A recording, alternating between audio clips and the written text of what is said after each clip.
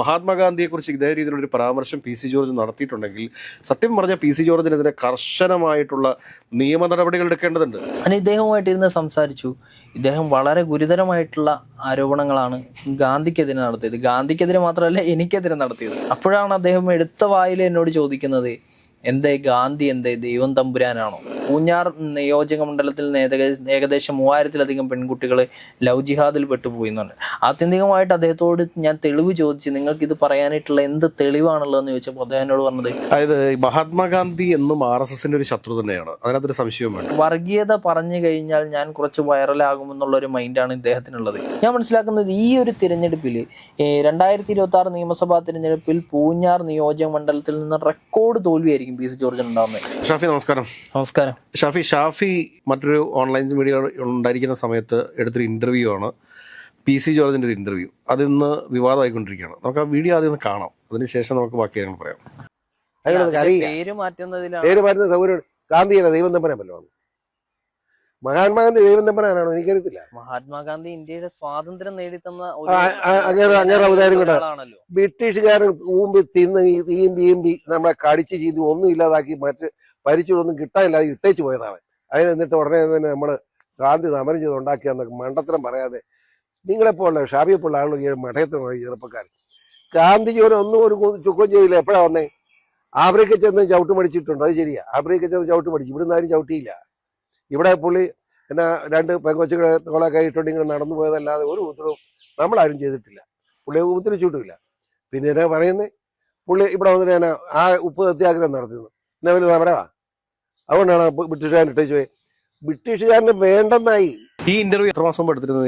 ഈ ഇന്റർവ്യൂ ഏകദേശം ഒരു മാസം മുന്നേ എടുത്തൊരു ഇന്റർവ്യൂ ആണ്. ഇതിന് ഇത് മഹാത്മാഗാന്ധി ദൈവം തമ്പുരാനല്ല, 2 പെൺകുട്ടികളുടെ തോളത്ത് കൈയിട്ട് നടക്കുന്ന ഒരു ആഭാസനാണെന്ന് വരെ ഇതിനകത്ത് പറഞ്ഞു വെച്ചിട്ടുണ്ട്. ഇദ്ദേഹം എന്നോട് ഇത് പറയുമ്പോൾ ശരിക്കും ഞാൻ ആശ്ചര്യപ്പെട്ടു പോയി. കാരണം ഒരു കോൺഗ്രസിന്റെ ഒരു നേതാവായിരുന്ന ഒരാള്, അയാള് 30-35 വർഷക്കാലം പൂഞ്ഞാറിനെ പ്രതിനിധീകരിച്ച് MLA ആയിരുന്ന ഒരാള്. അപ്പോൾ ആ നിലയിൽ തീർച്ചയായിട്ടും പി സി ജോർജിൻ്റെതായിട്ടുള്ള ഒരു സ്വാധീനം കേരള രാഷ്ട്രീയത്തിലുണ്ട്. ആ ഒരു നിലയിൽ നിന്ന് മാറി പി സി ജോർജ് പിന്നീട് സ്വതന്ത്രനായി മത്സരിച്ച് വീണ്ടും പൂഞ്ഞാറിൽ നിന്ന് വിജയിക്കുന്ന ഒരു സാഹചര്യം ഉണ്ടായി. അതിനുശേഷം പിന്നീട് പി സി ജോർജ് മുസ്ലിങ്ങളെ ചീത്ത പറഞ്ഞ് പൂഞ്ഞാറിൽ പരാജയപ്പെടുന്ന കാഴ്ച കണ്ടു. അപ്പോൾ ഇത്തവണ പി സി ജോർജിൻ്റെ ഒരു രാഷ്ട്രീയ ചുവടുമാറ്റം എന്താണ് എന്നറിയാൻ വേണ്ടിയിട്ടാണ് ഞാൻ ശരിക്കും പി സി ജോർജിനെ സമീപിക്കുന്നതും അദ്ദേഹത്തിൻ്റെ വീട്ടിൽ ചെല്ലുന്നതും. ഞാൻ ഇദ്ദേഹവുമായിട്ടിരുന്ന് സംസാരിച്ചു. ഇദ്ദേഹം വളരെ ഗുരുതരമായിട്ടുള്ള ആരോപണങ്ങളാണ് ഗാന്ധിക്കെതിരെ നടത്തിയത്. ഗാന്ധിക്കെതിരെ മാത്രമല്ല എനിക്കെതിരെ നടത്തിയത്. ഷാഫിയെ വർഗീയവാദി, എന്നെ ഒരു തീവ്രവാദി എന്ന് വിളിച്ചു അവസാനം. അപ്പോൾ ഇദ്ദേഹത്തോട് ഞാനിത് ചോദിക്കേണ്ട സാഹചര്യം എന്ന് പറയുന്നത് മഹാത്മാഗാന്ധി ഗ്രാമീണ തൊഴിലുറപ്പ് പദ്ധതിയുടെ പേര് മാറ്റുന്നതുമായിട്ട് ബന്ധപ്പെട്ടിട്ടുള്ള ഒരു സംഗതിയാണ്. അപ്പോഴാണ് അദ്ദേഹം എടുത്ത വായിൽ എന്നോട് ചോദിക്കുന്നത്, എന്തേ ഗാന്ധി എന്തേ ദൈവം തമ്പുരാനാണോ? അപ്പൊ ഞാൻ തിരിച്ചു ചോദിക്കുന്നത്, ഗാന്ധി ഇന്ത്യക്ക് സ്വാതന്ത്ര്യം നേടിത്തന്ന നേതാവല്ലേ? എങ്ങനെ സ്വാതന്ത്ര്യം നേടിത്തന്നു? ബ്രിട്ടീഷുകാർ ഇവിടെ നിന്ന് എല്ലാം ഉപേക്ഷിച്ച്, പിന്നെ അദ്ദേഹം ഒരു പറയാൻ പറ്റാത്തൊരു ഭാഷ അങ്ങനെ പോയ ഒരാളാണ്. അപ്പൊ ആ ഗാന്ധിയുടെ പേര് മാറ്റുന്നതിൽ എന്താണ് പ്രശ്നം? എന്നിട്ട് പിന്നെ അദ്ദേഹം ഈ തൊഴിലുറപ്പ് പദ്ധതിയെ കുറിച്ച് ഇദ്ദേഹം കുറെ മഹത്വവൽക്കരിച്ചിട്ട്, അതായത് പുതിയ തൊഴിലുറപ്പ് പദ്ധതിയുടെ ഘടനയെക്കുറിച്ചൊക്കെ മഹത്വവൽക്കരിച്ചാണ് സംസാരിക്കുന്നത്. അത് മാത്രമല്ല, ഇദ്ദേഹം പറയുന്നുണ്ട്, ഇദ്ദേഹം അതിനേക്കാൾ വലിയൊരു സംഗതി അതിൻ്റെ അകത്ത് നടത്തിയിട്ടുണ്ട്. പൂഞ്ഞാർ നിയോജക മണ്ഡലത്തിൽ ഏകദേശം 3000-ലധികം പെൺകുട്ടികൾ ലവ് ജിഹാദിൽ പെട്ടുപോയി എന്നുണ്ട്. ആത്യന്തികമായിട്ട് അദ്ദേഹത്തോട് ഞാൻ തെളിവ് ചോദിച്ചു, നിങ്ങൾക്ക് ഇത് പറയാനായിട്ടുള്ള എന്ത് തെളിവാണുള്ളതെന്ന് ചോദിച്ചപ്പോൾ അദ്ദേഹം എന്നോട് പറഞ്ഞത്, ഇതിൽ തെളിവൊന്നും തരാനായിട്ടില്ല, അങ്ങനെ തെളിവ് എന്നോട് ചോദിക്കരുതെന്ന് പറഞ്ഞു. മറ്റേ കൈരേഖയാണ്. അതായത് ഇദ്ദേഹം ഈ ഒരു വർഗീയത പറഞ്ഞു കഴിഞ്ഞാൽ ഞാൻ കുറച്ച് വൈറലാകുമെന്നുള്ള ഒരു മൈൻഡാണ് ഇദ്ദേഹത്തിനുള്ളത്. അതിനുശേഷം ഇദ്ദേഹത്തോട് ചോദിച്ച മറ്റൊരു സംഗതിയായിരുന്നു, റിപ്പോർട്ടർ TV ഒരു മാധ്യമപ്രവർത്തകനുമായിട്ട് ബന്ധപ്പെട്ടിട്ട് വെള്ളാപ്പള്ളിയുമായിട്ട് ബന്ധപ്പെട്ട് വന്നിട്ടുള്ള ഒരു പരാമർശം. അന്ന് അദ്ദേഹത്തെ ചീത്ത പറയുക മാത്രമല്ല, അദ്ദേഹത്തെ ഞാൻ സപ്പോർട്ട് ചെയ്തു എന്നുള്ളത് കൊണ്ട് എന്നെ വർഗീയവാദി എന്നും കൂടി അദ്ദേഹം വിളിച്ചു. അതായത് ഇയാളെ സംബന്ധിച്ചിടത്തോളം റയീസ് റഷീദ് എന്റെ സുഹൃത്താണ്. അപ്പൊ ഞാൻ അദ്ദേഹത്തെ കുറിച്ച് ചോദിച്ചപ്പോഴത്തേക്കിനും എന്നോട് പറഞ്ഞത്, അവനൊരു തികഞ്ഞ വർഗീയവാദിയാണ്, തീവ്രവാദിയാണ് എന്നുള്ള രീതിയിൽ പറയുകയും അയാൾ വേറൊരു രാഷ്ട്രീയ പാർട്ടിയുടെ ഭാഗമാണ് എന്നുള്ള രീതിയിലൊക്കെ സംസാരിക്കുകയും. MSF കാരനായിരുന്നു അദ്ദേഹം, വിദ്യാർത്ഥി രാഷ്ട്രീയത്തിൽ. അതിനുശേഷം അദ്ദേഹം SDP കാരനാണെന്ന് പറഞ്ഞു. ഇപ്പോൾ എന്ന് പറഞ്ഞ പോലെ ഇയാള് പറയുന്ന സാധനത്തിൽ ഒരു അടിസ്ഥാനവും ഇല്ലാത്ത കാര്യങ്ങൾ കാര്യങ്ങളിൽ പറയുന്നതോടൊപ്പം രാജ്യവിരുദ്ധത പറഞ്ഞു കഴിഞ്ഞാൽ പോലും എന്നെ ഇവിടെ ആരും ഒന്നും ചെയ്യാൻ പോകുന്നില്ല എന്നുള്ളൊരു ധൈര്യമാണ് PC ജോർജിന് മുന്നിലുള്ളത്. അതായത് മഹാത്മാഗാന്ധി എന്നും RSSന്റെ ഒരു ശത്രു തന്നെയാണ്, അതിനകത്തൊരു സംശയവും വേണ്ട. കാരണം അവർ പൊതുവായിട്ട് ഇപ്പം മഹാത്മാഗാന്ധിയെ പല സ്ഥലങ്ങളിലും ആദരിക്കുകയും ബഹുമാനിക്കുകയും ഒക്കെ ചെയ്യുന്നുണ്ട് എന്നതിനപ്പുറത്തേക്ക് RSSന്റെയും സംഘപരിവാറിന്റെയും ഒരു ശത്രു തന്നെയാണ് മഹാത്മാഗാന്ധി എന്ന് പറയുന്നത്. നമ്മളൊക്കെ രാഷ്ട്രപിതാവായിട്ട് കാണുന്ന മഹാത്മാഗാന്ധിയെ അല്ലെങ്കിൽ ഇന്ത്യൻ സ്വാതന്ത്ര്യ സമരത്തിന് ചുക്കാൻ പിടിച്ചു എന്ന് നമ്മൾ കരുതുന്ന മഹാത്മാഗാന്ധിയെ ഒക്കെ അപമാനിക്കുക എന്ന് പറഞ്ഞു കഴിഞ്ഞാൽ അത് ഇന്ത്യ എന്ന രാജ്യത്തെ അപമാനിക്കുന്ന തുല്യമാണ്. നമ്മൾ വിദേശ രാജ്യങ്ങളിൽ എവിടെ ചെന്ന് കഴിഞ്ഞാലും ലോകത്ത് എവിടെ ചെന്ന് കഴിഞ്ഞാലും നമുക്ക് ഓർമ്മിക്കാൻ സാധിക്കുന്ന നേതാക്കന്മാരാണ് മഹാത്മാഗാന്ധിയും അതോടൊപ്പം തന്നെ ജവഹർലാൽ നെഹ്റുവും സുഭാഷ് ചന്ദ്രബോസും ഒക്കെ. അപ്പോൾ അതൊന്നും മനസ്സിലാക്കാതെ മഹാത്മാഗാന്ധിയെക്കുറിച്ച് ഇതേ രീതിയിലുള്ളൊരു പരാമർശം PC ജോർജ് നടത്തിയിട്ടുണ്ടെങ്കിൽ സത്യം പറഞ്ഞാൽ PC ജോർജിനെതിരെ കർശനമായിട്ടുള്ള നിയമ നടപടികൾ എടുക്കേണ്ടതുണ്ട്. ഇത് കൂടാതെ നമ്മൾ മനസ്സിലാക്കേണ്ട ഒരു കാര്യം എന്താണെന്ന് ചോദിച്ചു കഴിഞ്ഞാൽ ഇദ്ദേഹത്തിൻ്റെ മകനാണ് ഷോൺ ജോർജ്. ഈ ഷോൺ ജോർജും BJPയുടെ ഭാഗമായിട്ട് ഇപ്പോൾ നിൽക്കുന്ന ഒരു വ്യക്തിയാണ്. സംസ്ഥാന വൈസ് പ്രസിഡന്റ് ആണ്. സംസ്ഥാന വൈസ് പ്രസിഡന്റാണ്. അത് കൂടാതെ ഇദ്ദേഹം ഇപ്രാവശ്യം പാലയിൽ മത്സരിക്കാൻ വേണ്ടിയിട്ടുള്ള സാധ്യതകളുണ്ട്. ഈ PC ജോർജ് ആണെങ്കിൽ പൂഞ്ഞാറിൽ മത്സരിക്കാൻ വേണ്ടിയിട്ട് കച്ചകെട്ടി നിൽക്കുകയാണ്.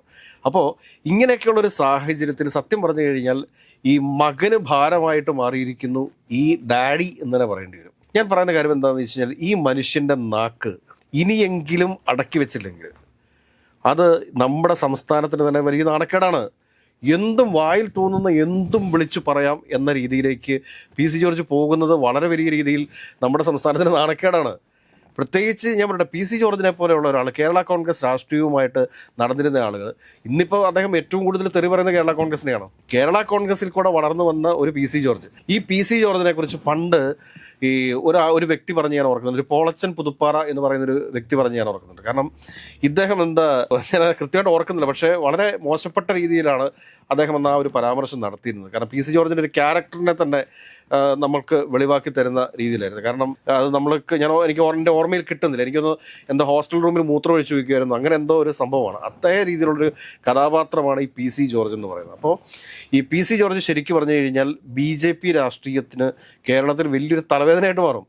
കാരണം രാജീവ് ചന്ദ്രശേഖരൻ്റെ ഒക്കെ രാഷ്ട്രീയം എന്ന് പറയുന്നത് കുറച്ചുകൂടിയൊക്കെ ഒരു സെക്കുലർ സ്വഭാവത്തോടു കൂടിയ പൊളിറ്റിക്സ് ആണ് അദ്ദേഹമൊക്കെ കൈകാര്യം ചെയ്തുകൊണ്ടിരിക്കുന്നത്. ആ സമയത്താണ് PC ജോർജിനെ പോലെ ഉള്ള ഒരാൾ വന്നിട്ട്, പ്രത്യേകിച്ച് നിയമസഭാ തെരഞ്ഞെടുപ്പ് ഇപ്പോൾ 2 മാസം കൂടി മാത്രമേ ബാക്കിയുള്ളത്, കേരളത്തിലെ എത്ര വലിയ തീവ്ര RSSകാരനാണെങ്കിലും മഹാത്മാഗാന്ധിയെ റെസ്പെക്ട് ചെയ്യുന്നുണ്ട്. അത് മലയാളിയുടെ ഒരു ക്വാളിറ്റിയാണ്. അതിതീവ്രമായിട്ടുള്ള സംഘപരിവാർ ചിന്തകളുള്ള ഏതാനും വളരെ ചുരുക്കം, വളരെ ന്യൂനപക്ഷമായിട്ടുള്ള ആളുകൾ മാത്രമാണ് മഹാത്മാഗാന്ധിക്കെതിരെ നിൽക്കുന്നത്, അല്ലെങ്കിൽ മഹാത്മാഗാന്ധി എതിർത്ത് പറയുന്നത്. അങ്ങനെയൊക്കെയുള്ളൊരു സാഹചര്യത്തിൽ PC ജോർജിനെ പോലെയുള്ള ഒരാൾ BJP രാഷ്ട്രീയത്തിലേക്ക് ചെന്ന ഉടനെ തന്നെ അവരെ സുഖിപ്പിക്കാൻ വേണ്ടിയിട്ട് അല്ലെങ്കിൽ അവരുടെ പ്രീതി നേടാൻ വേണ്ടിയിട്ട് ഗാന്ധിയെ തെറി പറയുക എന്ന് പറഞ്ഞാൽ അതെന്ത് മര്യാദയാണത്? ഒരു കാര്യം നമ്മൾ മനസ്സിലാക്കേണ്ട, കാരണം എന്താ വെച്ചാൽ ജോസഫ് ഗ്രൂപ്പിൽ പ്രവർത്തിക്കുന്ന സമയത്ത് KM മാണി സാറിനെ തെറി പറയുകയായിരുന്നു ഇദ്ദേഹത്തിൻ്റെ പ്രധാനപ്പെട്ട ജോലി. അതായിരുന്നു പ്രധാനപ്പെട്ട തൊഴിൽ. KM മാണി സാറിനെ കുറിച്ച് ഉള്ളതും ഇല്ലാത്തതും ഒക്കെ പറഞ്ഞു വരുത്തുക. KM മാണി സാർ ഇദ്ദേഹത്തിനെതിരെ നിയമ നടപടി സ്വീകരിച്ചിട്ടുണ്ട്, ഇല്ലാത്ത കാര്യങ്ങൾ പ്രചരിപ്പിച്ചു എന്നും പറഞ്ഞുകൊണ്ട്. അത് കഴിഞ്ഞതിന് ശേഷം പിന്നീട് ഇദ്ദേഹം PJ ജോസഫിനെ വിട്ട് പുറത്തേക്ക് പോയ സമയത്ത് എന്താ സംഭവിച്ചത്? പിന്നെ PJ ജോസഫിനെ തെറിയോട് തെറിയായിരുന്നു. ഈ അടുത്ത കാലത്ത് ഇദ്ദേഹത്തിൻ്റെ ഒരു ഇൻ്റർവ്യൂ ഞാൻ കണ്ടു. അതിനകത്ത് ഇദ്ദേഹം പറഞ്ഞിരിക്കുന്നത് PJ ജോസഫിനെ പച്ചത്തെറിയ പറഞ്ഞത്. അപ്പോൾ ഒന്ന് ആലോചിച്ച് നോക്കിക്കുക. അതിനുശേഷം ഈ അടുത്ത കാലത്ത് വേറൊരു വീഡിയോ കണ്ടു, പാലയിൽ വെച്ചുള്ള പ്രസംഗത്തിൽ KM മാണി സാറിനെ പുകഴ്ത്തിക്കൊണ്ട് സംസാരിക്കുന്നത് കേട്ടു. ഉമ്മൻചാണ്ടി സാറിനെ കുറിച്ച് പറഞ്ഞത് മറക്കുമോ? ഉമ്മൻചാണ്ടി സാറും സോളാർ നായികയുമായിട്ടുള്ള കാര്യം ഇദ്ദേഹം നേരിട്ട് കണ്ടു എന്നല്ല പറഞ്ഞത്. എന്ത് പച്ചക്കള്ളമാണ് പറഞ്ഞത്? ആ മനുഷ്യൻ എന്തോരം മനോവേദന അനുഭവിച്ചിട്ടുണ്ടാവും, ആലോചിച്ച് നോക്കണ്ടേ? വായിൽ നിന്ന് വരുന്ന വാക്കിൻ്റെ എന്താണ് എന്ന് മനസ്സിലാക്കാനുള്ളൊരു സാമാന്യ ബോധം ഈ പറഞ്ഞ PC ജോർജിന് നഷ്ടപ്പെട്ടിരിക്കുന്നു എന്ന് തന്നെ വേണം പറയാനായിട്ട്. അത് കൂടാതെ തന്നെ കേരള രാഷ്ട്രീയത്തിൽ ഇതുപോലൊരാൾ ഉണ്ടായിരുന്നോ എന്ന് പോലും നമ്മൾ ചിന്തിച്ചു പോകുന്നുണ്ട്. പൂഞ്ഞാറിൽ 35 വർഷക്കാലം പൂഞ്ഞാറിൽ നിന്ന് MLA ആയിട്ടുള്ള ഒരു വ്യക്തി, നിയമസഭയ്ക്കകത്ത് പ്രസംഗിച്ചിട്ടുള്ളൊരു വ്യക്തി, UDFൻ്റെ ചീഫ് വിപ്പായിട്ടിരുന്ന ഒരു വ്യക്തി, ആ വ്യക്തിയാണ് ഇങ്ങനെ സംസാരിക്കുന്നത്, മഹാത്മാഗാന്ധിയെ അവഹേളിച്ചുകൊണ്ട് സംസാരിക്കുന്നത്. അത് സംസ്ഥാനത്തിന് തന്നെ നാണക്കേടല്ലേ? ഇപ്പോൾ ഈ PC ജോർജിൻ്റെ സംഗതിയുമായിട്ട് ബന്ധപ്പെട്ട് പറയുമ്പോൾ തന്നെ എനിക്ക് തോന്നുന്നു കുറച്ചും കൂടെ ചേർത്ത് പറയേണ്ട ഒരു സംഗതിയാണ്. കാരണം PC ജോർജിനെ, പ്ലാത്തോട്ടത്തിൽ ചാക്കോ മകൻ PC ജോർജിനെ ഇന്ന് കാണുന്ന നിലയിലേക്ക് PC ജോർജിനെ മാറ്റിയെടുത്തതും PC ജോർജിനെ വളർത്തിയെടുത്തതും എത്രയൊക്കെ അല്ല എന്ന് പറഞ്ഞാലും ഈരാറ്റുപേട്ടക്കാരാണ്. ആ ഈരാറ്റുപേട്ടയിലെ ഏത് വീടുകളിൽ ഒരു കല്യാണം നടന്നാലും PC ജോർജിന് ക്ഷണം ഉണ്ടാവാതിരിക്കുന്ന ഒരു കാലം ഇല്ലായിരുന്നു. മുൻപ് പി സി ജോർജ് ഏതൊക്കെ വീടുകളിൽ കല്യാണങ്ങളുണ്ടോ അവിടെ എല്ലാം പി സി ജോർജിന് ക്ഷണമുണ്ടായിരുന്നു. ഇനി വിളിച്ചില്ലെങ്കിലും കയറി ചെല്ലുന്ന ഒരു സാഹചര്യം ഉണ്ടായിരുന്നു. ഈരാറ്റുപേട്ട ഞാൻ ഏകദേശം ഈ ഈരാറ്റുപേട്ടയിൽ ജോലി ചെയ്ത ഒരാളാണ്. അപ്പോൾ അതുമാത്രമല്ല പി സി ജോർജ് ഈരാറ്റുപേട്ടയിലെ ഏത് കടകമ്പോളങ്ങളുടെ ഉദ്ഘാടനം ഉണ്ടായിരുന്നെങ്കിലും പി സി ജോർജിന് ക്ഷണമുണ്ടായിരുന്നു. അവിടുത്തെ എത്ര സാധാരണക്കാരായിട്ടുള്ള ആളുകളുടെ ഇടയിലേക്കും പി സി ജോർജ് ഇറങ്ങി നിന്നിരുന്നൊരു കാലം ഉണ്ടായിരുന്നു. അത്രത്തോളം ഈരാറ്റുപേട്ടക്കാർ പി സി ജോർജിനെ സ്നേഹിച്ചിട്ടുണ്ടായിരുന്നു. പി സി ജോർജിനെ ആശാൻ എന്ന് വിളിച്ച് ഈരാറ്റുപേട്ടക്കാർ സ്നേഹത്തോടെ വിളിച്ചിരുന്ന ഒരു കാലം ഉണ്ടായിരുന്നു. അവിടെ നിന്നും പി സി ജോർജ് സ്വതന്ത്രനായി മത്സരിക്കുകയാണ്. അന്ന് ഈരാറ്റുപേട്ടക്കാർ പി സി ജോർജിനെ ചേർത്ത് നിർത്തിയിട്ടുണ്ട്. ഈരാറ്റുപേട്ടക്കാരെ സംബന്ധിച്ചിടത്തോളം പി സി ജോർജ് അന്നും അവരുടെ ഒരു സ്ട്രെങ്ത് ആയിരുന്നു. അവിടെ നിന്ന് പി സി ജോർജ് വിജയിച്ച് കയറി ജനപക്ഷം ഉണ്ടാക്കി പി സി ജോർജ് വിജയിച്ചു വന്നതിന് ശേഷം ബി ജെ പിയിലേക്ക് ലയിച്ചതിൻ്റെ പിറ്റേ ദിവസം ഈരാറ്റുപേട്ടക്കാരെ തെറി പറഞ്ഞു എന്നുള്ളതാണ്. അതായത് നമ്മളൊന്ന് ആലോചിച്ച് നോക്കുക, ഒരു നാട് മുഴുവനായി അതിൻ്റെ അകത്ത് അയാളുടെ മതമോ ജാതിയോ രാഷ്ട്രീയമോ നോക്കാതെ അയാളോട് അന്ധമായിട്ടുള്ള അയാളോടുള്ളൊരു ഇഷ്ടം, ആരാധന, ഒരു നാട് മുഴുവൻ ചേർത്ത് നിർത്തി ഒപ്പം നിർത്തി. ഈ പൂഞ്ഞാറ് തെക്കേക്കര ഇദ്ദേഹത്തിന്റെ വീടിരിക്കുന്ന ഭാഗത്തൊക്കെ ഉള്ള ആളുകൾ പോലും ഇയാളോട് ഇപ്പം മര്യാദയ്ക്ക് മിണ്ടാറില്ല. ഞാൻ ഇദ്ദേഹത്തിന്റെ വീട്ടിലേക്കുള്ള വഴി ചോദിച്ച് അവിടെ ചെന്ന സമയത്ത് ഇല്ല അവന്റെ എന്ന് പറഞ്ഞിട്ട് ഒരു വേറെ വാശി കൂടെ ചേർത്തിട്ടാണ് പറഞ്ഞത് എന്നുള്ള നിലയിലേക്ക് മാറിയിട്ടുണ്ട്. ഇത് മാത്രമല്ല, ഞാനന്ന് ഈ തദ്ദേശ തെരഞ്ഞെടുപ്പിന്റെ സമയത്ത് ഈരാറ്റുപേട്ടയിൽ റിപ്പോർട്ട് ചെയ്യാൻ വേണ്ടി നിൽക്കുന്ന സമയത്ത് ഇയാൾ അന്ന് വന്നിട്ട് മാധ്യമങ്ങളോട് വന്ന് പറഞ്ഞൊരു സംഗതി എന്ന് പറഞ്ഞാൽ ഇവിടെ നോട്ടയ്ക്ക് വോട്ട് ചെയ്യാനുള്ള ഒരു ഓപ്ഷൻ ഇല്ല. കാരണം പുള്ളിയുടെ വാർഡിൽ നോട്ടയ്ക്ക് വോട്ട് ചെയ്യാനായിട്ടുള്ള ഒരു സാധ്യതയില്ല, അങ്ങനെയുള്ള ഒരു ഓപ്ഷൻ ഇല്ല. പിന്നെ ഞാനിവിടെ ആർക്കാണ് വോട്ട് ചെയ്യാൻ. അതായത് ഇയാൾക്ക് ആ മനുഷ്യന്മാരോട് മൊത്തം വെറുപ്പായി. ആ നാടിനോട് തന്നെ വെറുപ്പായിട്ട് ഇയാൾ അവിടെ ജീവിക്കുന്നതിനോടൊപ്പം തന്നെ ആ നാട്ടുകാരെ എത്രത്തോളം ഹീനമായിട്ടുള്ള രീതിയിൽ ചിത്രീകരിക്കാൻ കഴിയുമോ അത്രയും ഹീനമായിട്ടുള്ള രീതിയിൽ പി സി ജോർജ് ചിത്രീകരിച്ചു എന്നുള്ളതാണ് ഞാൻ മനസ്സിലാക്കുന്നത്. ഈ ഒരു തിരഞ്ഞെടുപ്പിൽ 2026 നിയമസഭാ തിരഞ്ഞെടുപ്പിൽ പൂഞ്ഞാർ നിയോജക മണ്ഡലത്തിൽ നിന്ന് റെക്കോർഡ് തോൽവിയായിരിക്കും പി സി ജോർജിന് ഉണ്ടാകുന്നത്. എനിക്ക് തോന്നുന്നത് എന്താ വെച്ച് കഴിഞ്ഞാൽ മറ്റേ ഈ ആയുസ് തീരാറായപ്പോഴത്തേക്ക് പി സി ജോർജിന് പ്രാന്തായോ എന്ന് സംശയമുണ്ട്. ഈ പ്രാന്ത് സത്യം പറഞ്ഞു കഴിഞ്ഞാൽ ഷോൺ ജോർജിൻ്റെ ഭാവിയാണ് നശിപ്പിക്കാൻ വേണ്ടി പോകുന്നത്. എനിക്ക് തോന്നുന്നു ഈ ദിവസങ്ങളിൽ തന്നെ BJP പി സി ജോർജിനെ എടുത്ത് പുറത്തേക്കിടും എന്നുള്ള കാര്യത്തിൽ യാതൊരു സംശയവും വേണ്ട. കാരണം തെരഞ്ഞെടുപ്പ് എടുക്കുന്ന സമയത്ത് ഇതുപോലെയുള്ള വിവാദങ്ങൾ സൃഷ്ടിച്ചതിന് ശക്തമായ എതിർപ്പ് BJPക്ക് ഉണ്ടാകും എന്ന് പറഞ്ഞുകൊണ്ട് നമുക്ക് അവസാനിപ്പിക്കാം.